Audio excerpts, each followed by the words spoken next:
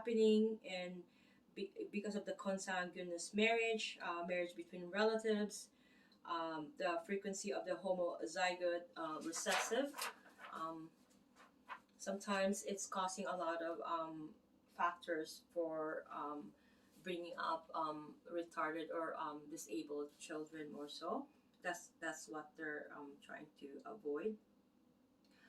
Okay, so for the sperm of a boy, it starts around 14 to 16. They start producing, right?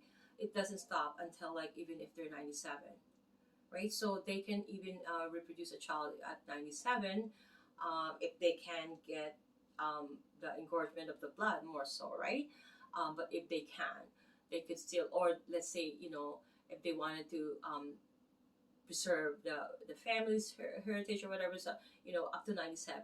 Whereas a woman, we have some biological clock that is ticking, and so our 50 is just the cutoff time that usually some people 32. I know a friend of mine around like in her mid 30s.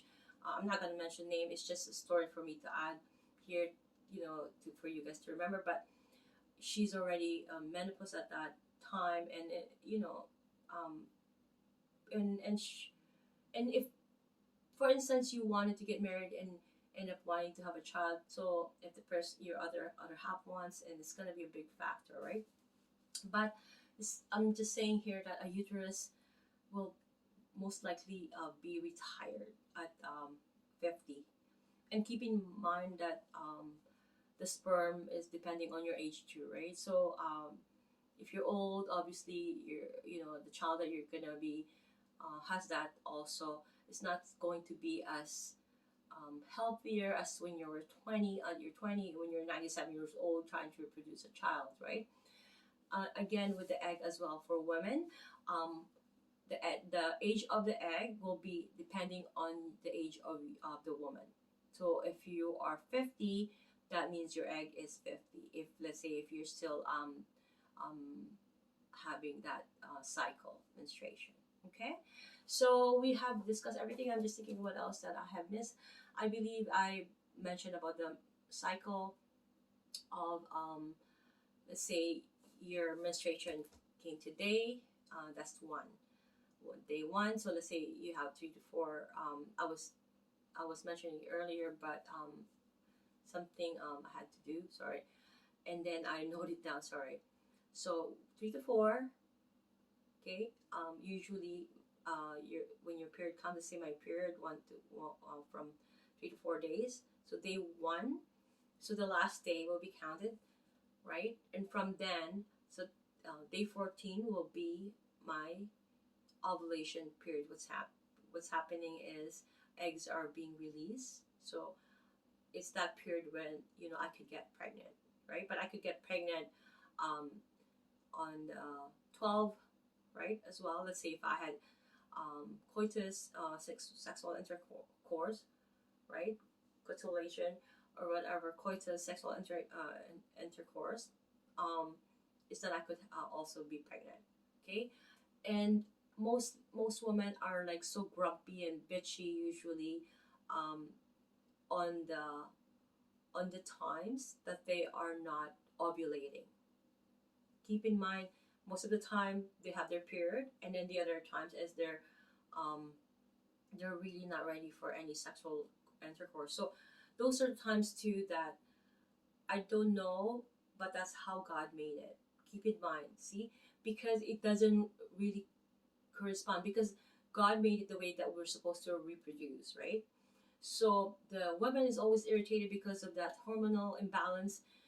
Women, it's always like their hormones are really up and down. It's really hard to explain, especially if we're on our period. Because if you guys know how the hormones work with women and how we feel, I think it will be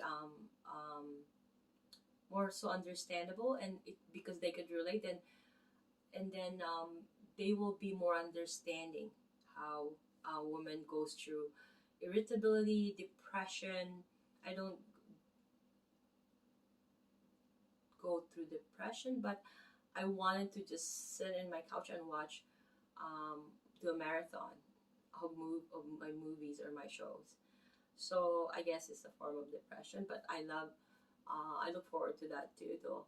So so during my period, that's what's usually what's happening, and then again, it's it's preparation. It's preparation for, for again. It's like a cycle. God made it that way. It's preparing again.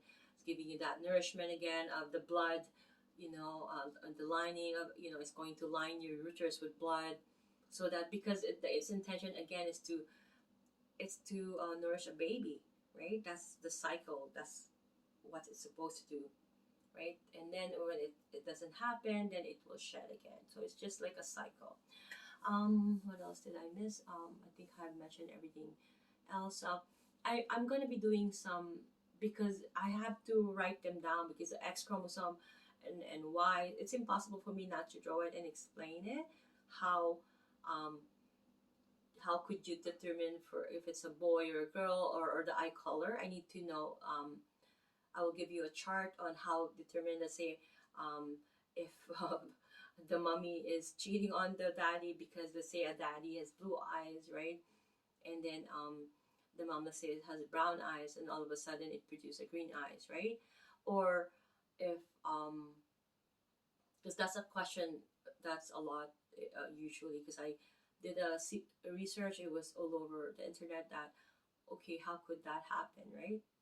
And then again, like a brown haired dad or a black haired mom produce a blonde, right? So that's what I saw on the internet too. There's like speculation. Okay, so what's happened there? The dad, the mom cheated. There's instances that's an indication, because like clip sheen, like my daughter had, right? Meaning the dad has to have that too, right? When she was a baby, she had that. When she came out, it's not noticeable anymore, but the dad had it too. The dad has a little bit. So it's like, um, you'll know some factors, genetic factors, that you cannot hide that. Let's say eye color, right? It's, how could produce a green baby, right? So it's like a question of paternity, right? So I will be doing another video with regards to that, but so far I think I mentioned all my notes here. And oh, before I forget, mitosis and meiosis, right? Meiosis is more so a somatic body cell in the reproductive organs divides into haploid sex cells. That will be my last word, so that I will move on to the next video.